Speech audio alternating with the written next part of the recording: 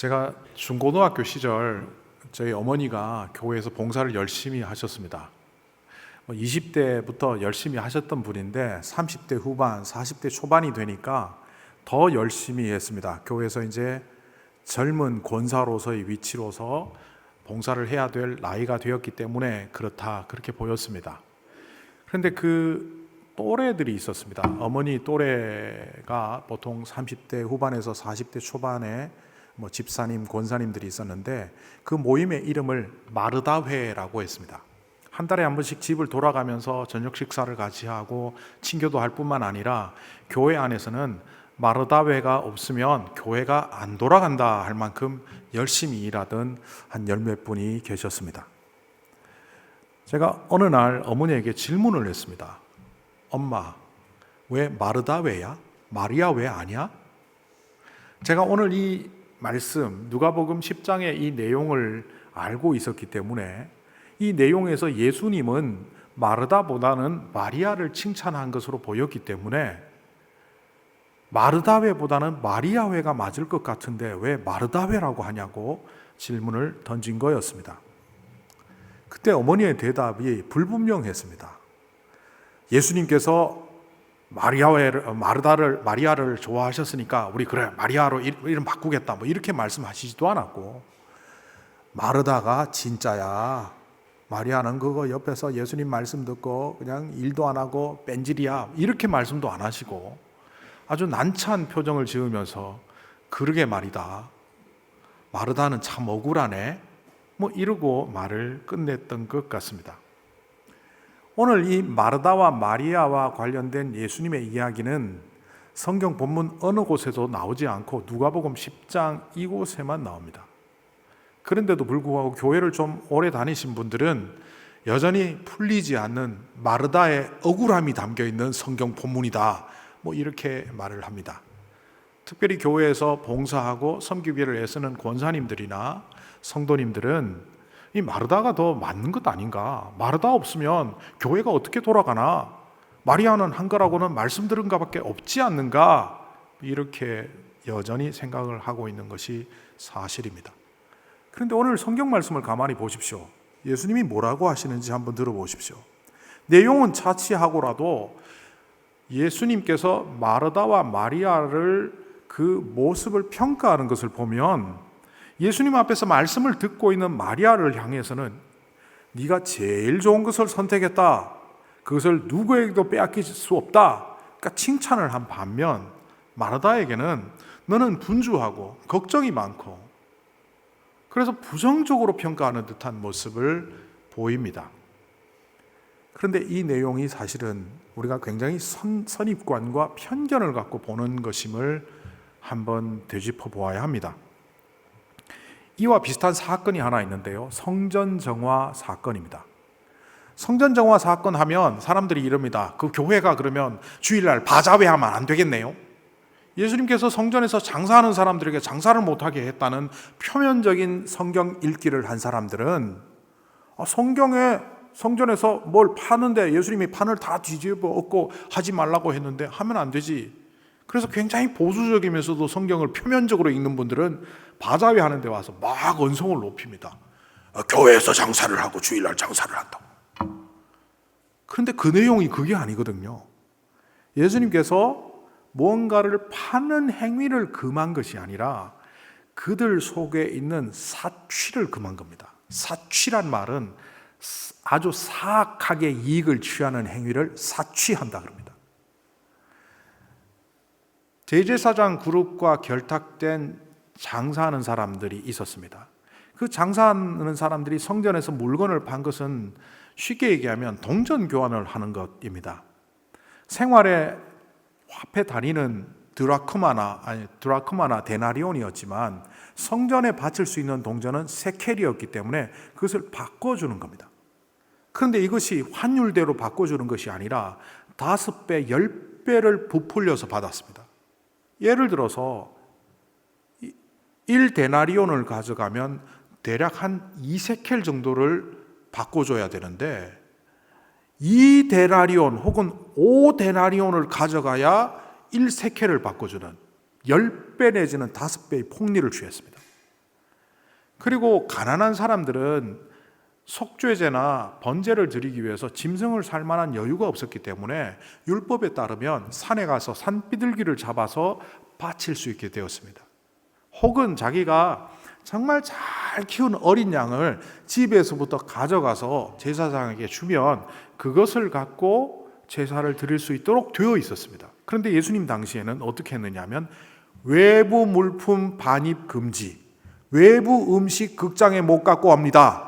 그 팝콘 팔아먹으려고 극장에서 그러잖아요.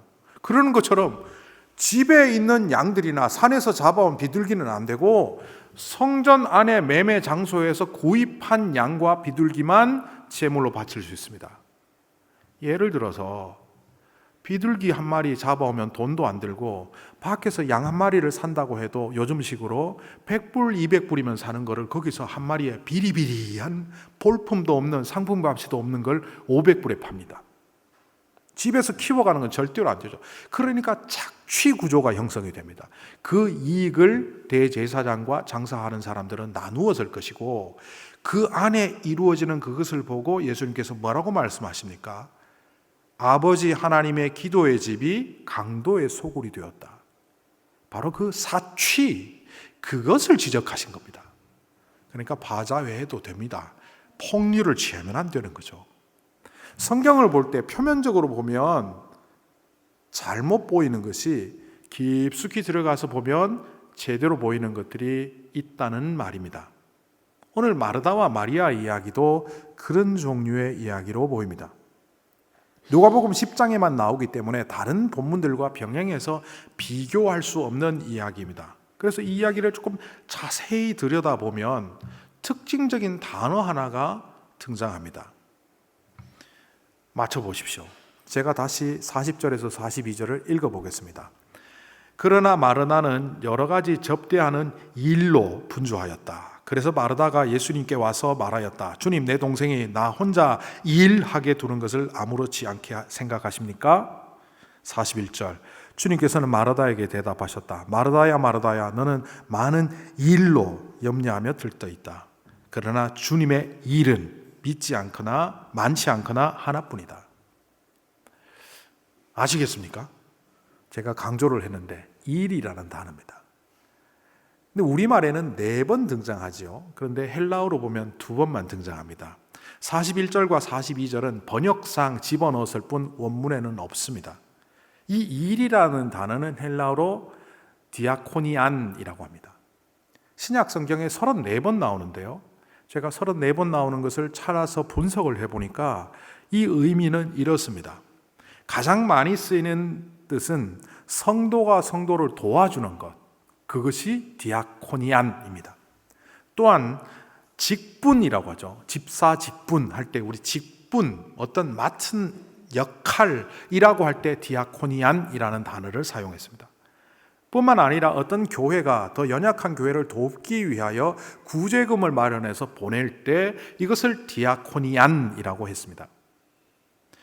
그러니까 성경에 나오는 대부분의 말에서 성도가 성도를 돕는 일, 직분, 사명, 구제금, 직무라는 단어로 사용된 단어입니다.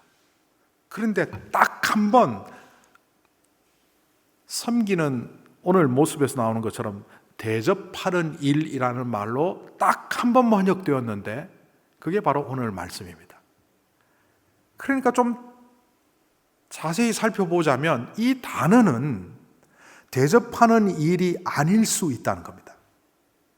남자들이 번역하면서 과거에 번역하면서 이 디아코니아를 갖고 고민을 굉장히 많이 했던 것 같습니다. 다른 데서는 사명, 직분, 직무, 성도가 서로를 돕는 것으로 되어 있는데 이 마르다가 예수님을 향하여 디아코니안을 했다? 이게 무슨 의미지? 그러다 보니 옛날에는 여자들이 하는 일이 음식하는 일이라고 편견을 가졌던 번역가들이 이 일을 음식으로 대접하는 일이라고 생각하며 번역했던 것으로 보입니다. 그래서 이 한글로도 보면 개역 개정판에서는 준비하는 일 이렇게 번역했고요. 공동 번역에서는 시중 드는 일, 그리고 가장 최근에 번역된 새한글 번역에서는 새한글 성경에서는 섬기는 일이라고 막연하게 번역했습니다. 이 섬기는 일이 뭔지 모르지만 예수님을 섬기는 일이 될 수도 있고 이 상황 속에서 누군가를 섬기는 일이 될 수 있다는 말입니다. 그런데 오늘 말씀의 컨텍스트로 한번 들어가 볼까요? 이 상황이 어떤 사건입니까? 예수님이 어떤 마을에 들어가셨답니다. 이 마을은 베다니로 추정됩니다. 이 마을에 들어가셨는데 그 동네에 마르다와 마리아가 살고 있었고, 이 마르다와 마리아는 요한복음 11장 12장에도 등장하는 예수님의 사역을 잘 돕고 또 예수님을 지극히 사랑하는 나사로와 두 자매입니다. 그런데 이 마을에 들어갔을 때 사람들이 모여 들었겠습니까? 안 모여 들었겠습니까? 지붕 뚫고 중풍병자를 내릴 정도로 사람들은 인산인해를 이뤘던 것이 다른 곳에서의 모습입니다. 유독 이곳에서만 아무 반응이 없었다고 말할 수가 없겠죠. 사람들이 모여 들었을 겁니다. 그리고 이 사람들은 예수님의 말씀을 들으러 왔고 병을 고치러 왔기 때문에 예수님을 중심으로 모여 들었는데, 이때 누구의 집이었느냐? 마르다의 집입니다. 신학자들에 의하면 마르다가 본명일까 별명일까 이런 말을 합니다. 이 마사라는 뜻은 주인집 여인이란 뜻입니다. 그러니까 우리말로 하면 이 집의 여주인이란 뜻입니다. 마르다가 주인 노릇하면서 몰려드는 사람들을 위하여 섬기는 일을 하고 있습니다. 요즘식으로 얘기하면 오늘 여러분 모여서 예배를 드리고 있는데 한 자매가 방송실에 올라가서 PPT도 하고 마이크도 조절하다가 내려와서 조명이 잘 꺼졌나 확인하고, 뒤로 가서 세례식은 어떻게 됐나 확인하고, 여기 와서 청소하고 왔다 갔다 하면서 하는 일들을 이 예배를 돕는 일이라고 하고 있다면 바로 마르다가 그러했습니다. 예수님께서 동네 사람들과 함께 말씀을 전하고 모여서 모임을 갖고 있을 때 여러 가지 일로 섬겼다는 겁니다. 예수님께서 마르다를 향하여 그렇게 말합니다. 주님의 일은 여러 가지 일이 아니라 하나이다. 너는 지금 여러 가지 일을 하고 있는데, 이걸 혹자들은 음식 메뉴를 굉장히 여러 가지 했나 보다 이렇게 이해하는데, 이 일이 그 일이 아니라는 거죠. 음식일 수도 있습니다. 예수님을 음식으로 공개하는 모습도 그 안에 포함되어 있을 수는 있지만, 이것은 바로 예수님의 사역을 돕기 위하여 분주히 그 모든 것을 기획하고 있는 연출자의 태도를 갖고 있는 마르다를 말합니다. 그런데 여동생이라고는 딱 앉아서 맨 앞에서 예수님의 말씀을 듣고 있습니다. 예수님이 그 마을에 들어갔을 때 복음을 가장 잘 전하고 싶은 사람이 있을 겁니다. 누구에게나 공평하게 대하시는 예수님이지만, 그래도 사랑하는 자들인 마르다, 마리아가 예수님의 말씀을 더 귀담아 듣기를 원하셨을 겁니다. 이것은 제 편견이 아닙니다. 예수님께서는 말씀을 전하신 이후에 예수님의 수행 제자들을 따로 모아서 그 말씀을 풀어주시며, 내가 이 말은 다른 사람들에게 하지 않았지만 너희들에게는 이 말을 전한다 라며 하나님 나라의 복음을 더 자세하게 잘 전했던 장면들이 성경 여러 곳에서 나타납니다. 그렇다면 이 마르다와 마리아가 예수님의 말씀을 제일 잘 듣기를 원하는 것은 동일한 마음일 겁니다. 그런데 마리아는 앞에서 말씀을 듣는 반면 마르다는 온갖 뒤를 다 돌아다니면서 일을 하고 있습니다. 그러니까 이 이야기의 핵심은 일을 하고 있는 마르다를 질책하는 이야기가 아니라는 겁니다. 그래서 주방에서 봉사하고 열심히 음식하는 사람들을 예수님께서 하지 마라 했던 것처럼 그렇게 착각하지 말라는 겁니다. 예수님이 마르다를 향하여 질책하는 핵심이 오늘 말씀에 나와 있습니다. 뭐라고 되어 있느냐? 영어 성경으로 읽어보겠습니다. Martha, Martha, you are worried and upset about so many things. 일이란 말이 없습니다. 너는 걱정하고 화가 나 있고 여러 가지 일로 분주한데, but only one thing is necessary. 딱 하나만 필요해. Mary has chosen what is best. 마리아는 그 하나 가장 좋은 것을 선택했고 그것을 빼앗길 수가 없어. 그런데 너는 다른 것을 선택했구나. 설교를 준비하기 위해서이기도 하지만 제가 어린 시절 어머니에게 던졌던 그 질문 때문에도 저는 이 말씀을 예전에도 깊숙이 연구한 적이 있습니다.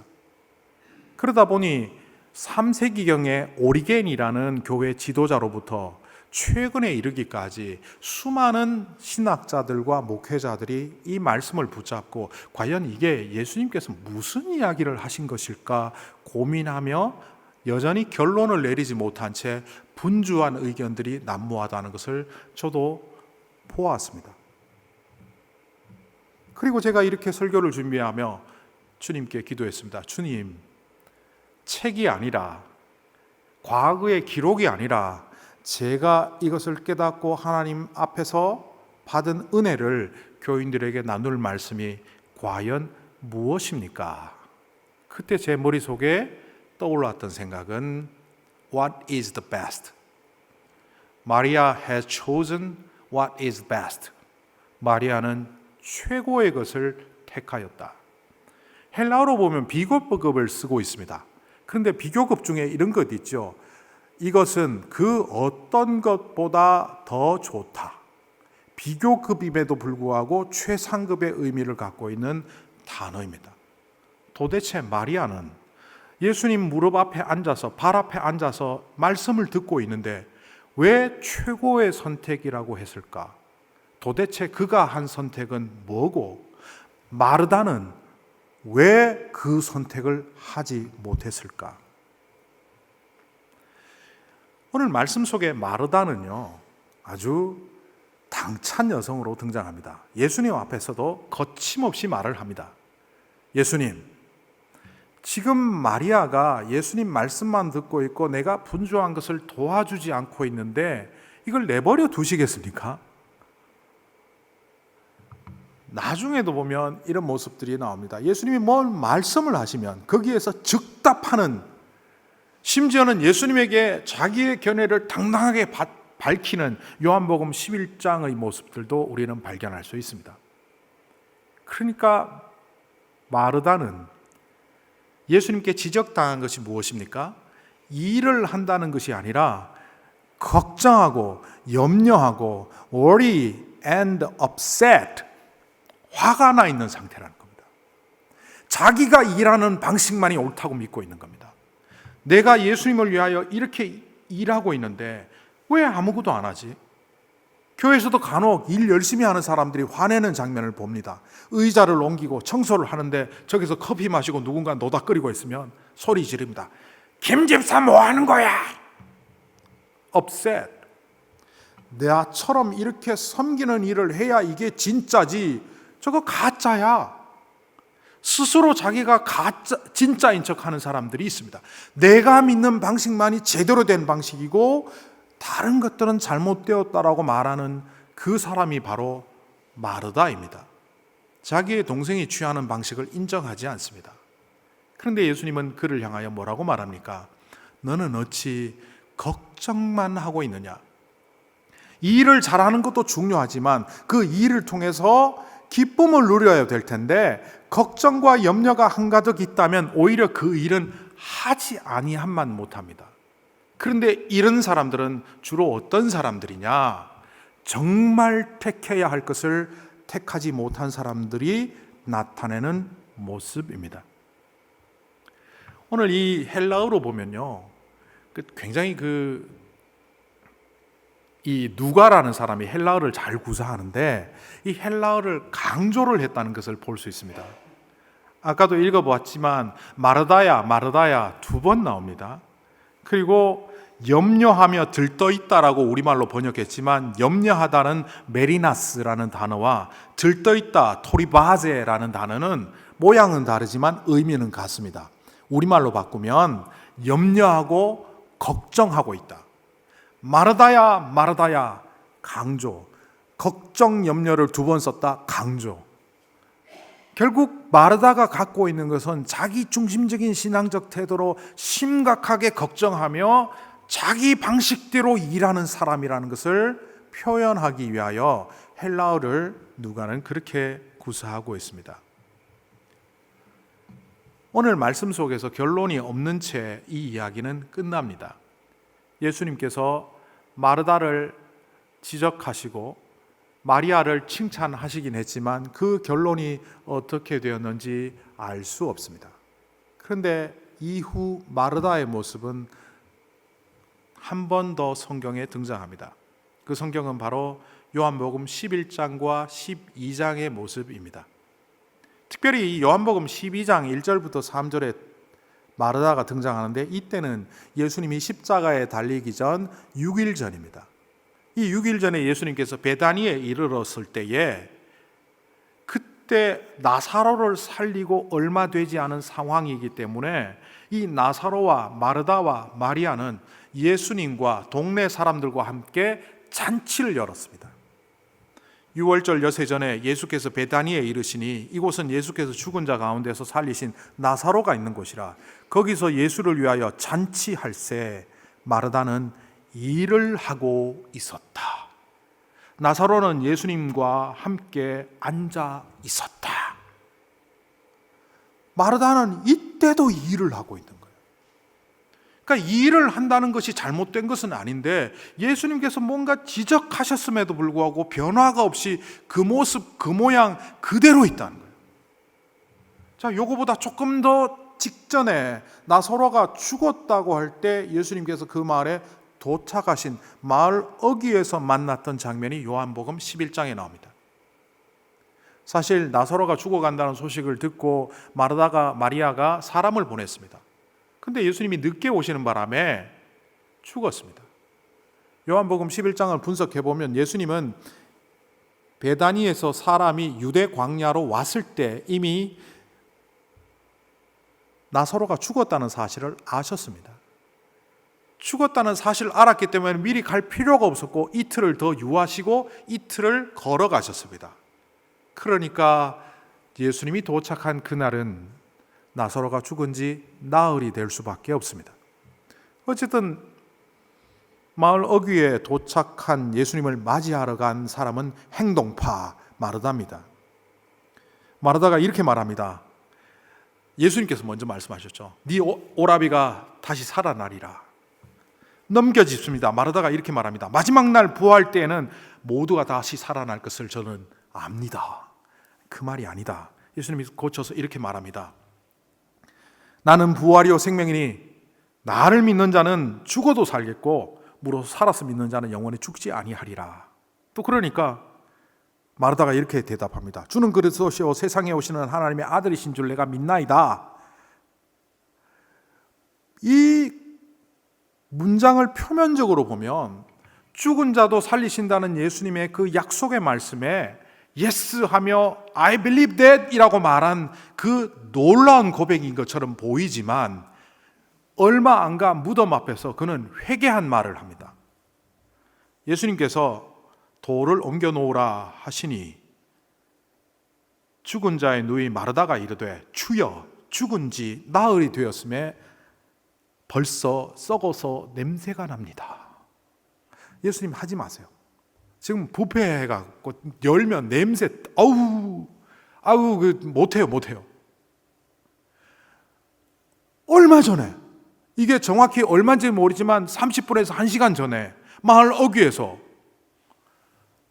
부활이요 생명이니 나를 믿는 자는 죽어도 살겠고라고 해서 나는 믿습니다 했던 그가 무덤 앞에 와서는 완전히 다른 이야기를 합니다. 이걸 분석해 보면 앞에서 누가복음 10장에서 드러난 것처럼 그는 행동과 속마음이 다른 사람입니다. 예수님께서 믿음을 이야기할 때 얘 오늘 국이 뭐야? 설교가 전해지는데 설교는 안 듣고 오늘 메뉴가 뭐지? 냄새가, 나중에 국 끓이면 냄새 들어오면 여러분 냄새 맡고 그런 판단하지 마십시오. 오늘은 된장국인가? 결국 이 마르다는 끊임없이 자기 방식대로 예수를 믿고 자기 모양대로 예수님의 말씀을 이해했고 결국은 성경의 마지막으로 등장하는 요한복음 12장 3절에서조차 예수님 곁에 있어야 될 그 시간에 일하느라 분주함으로 끝나고 맙니다. 그런데 마리아는 어떠합니까? 가장 좋은 것을 선택했던 그 마리아가 요한복음 12장 3절에 이렇게 등장합니다. 마리아는 지극히 비싼 향유 곧 순전한 나드 한 근을 가져다가 예수의 발에 붓고 자기 머리털로 그의 발을 닦으니 향유 냄새가 집에 가득하였더라. 이 장면을 보고 가룟 유다는 300데나리온, 오늘날로 치면 1년 연봉에 해당하는 큰 금액을 낭비한다고 생각해서 막 뭐라 그럴 때 예수님께서는 그것이 얼마나 귀한 줄 아느냐, 나의 장례를 준비한 것이다, 높이 평가하셨습니다. 마리아는 도대체 무엇을 선택했길래 그 연봉 3만 불, 5만 불, 10만 불, 7만 불, 10만 불이라고 하십시다. 10만 불짜리 그 비싼 향유, 자기의 전 재산인 그 비싼 향유를 예수님 발 앞에 깨트리며 그렇게 버릴 수 있단 말입니까?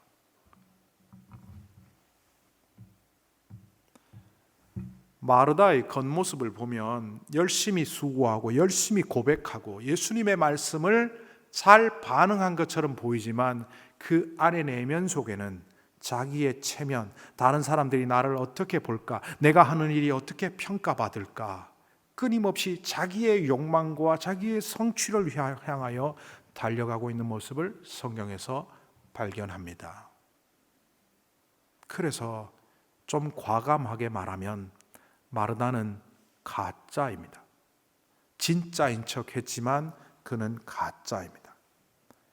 세상의 사고방식, 세상의 염려로 가득한 인생을 살았고 늘 성공을 추구하며 살았지만 성공을 제대로 하지 못한 분노와 화와 염려가 가득한 삶을 살았던 것으로 성경에 나타납니다. 반면 주님이 칭찬하신 가장 좋은 것을 택한 마리아는 과연 무엇을 선택한 겁니까? 오늘 우리가 불렀던 찬양 믿음으로 나아가네라는 찬양 가사를 제가 읽어보겠습니다. 수많은 사람들이 주를 따르네, 자신의 연약함 가지고 수많은 눈물의 시간 속에서 믿음으로 주를 보내 주의 영원한 사랑으로 주의 말씀을 이루시네. 삶의 모든 문제들 나를 힘겹게 해도 나는 포기하지 않는 오늘을 살아내리라. 소망이 보이지 않는 내 삶 속에서 주님만이 소망되어 주님의 뜻이 이루어지리라. 마리아가 선택한 것은 300데나리온의 옥합을 버려도 아깝지 않는 그분 예수입니다.